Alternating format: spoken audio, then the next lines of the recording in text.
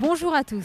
S'il y a bien un visage féminin qui incarne l'entrepreneuriat en France dans les cosmétiques, c'est bien celui de la canonissime Absatoussi.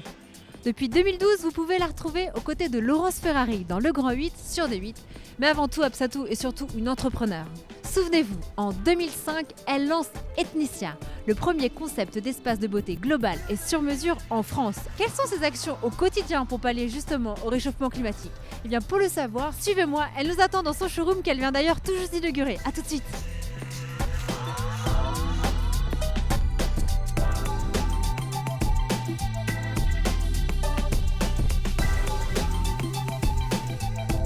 Coucou Absatou, je suis ravie de te voir et que tu Et fasses moi, je suis partie. ravie d'être là avec toi.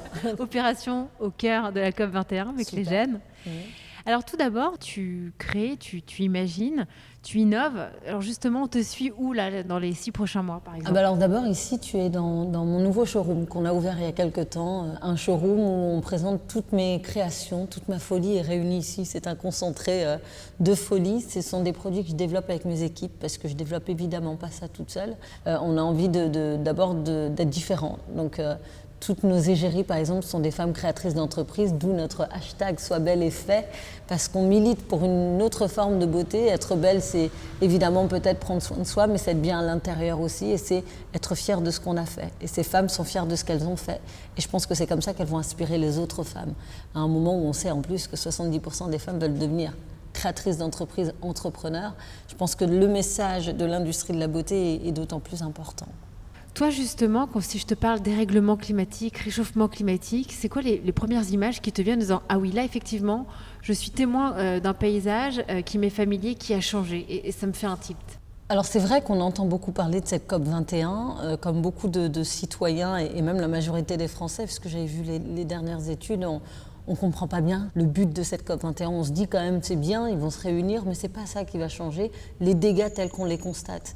Et quand tu me parles de paysage, je ne peux pas m'empêcher de penser à ce paysage que je constate à chaque fois que je rentre dans le pays de mon papa, à Dakar, donc mon pays, et que je vois ces plages paradisiaques incroyablement belles, où il y a énormément de sacs en plastique qui viennent polluer ces plages, les gosses qui jouent au milieu de ce décor qui peut paraître un peu macabre finalement. Et on se dit, 1, on n'a pas envie de se baigner, 2, on n'a pas envie de rester ici, 3, on n'a pas envie que ces gosses jouent là. On ressent comme un sorte de danger, ce qui est quand même dommage quand on a affaire à notre mère nature.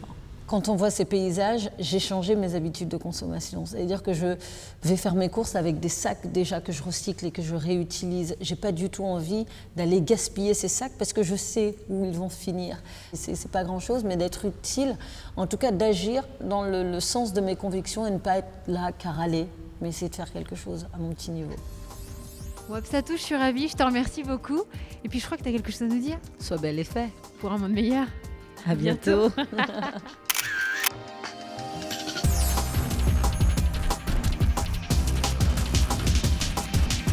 Tous ensemble avec l'EFAP au cœur de la COP 21.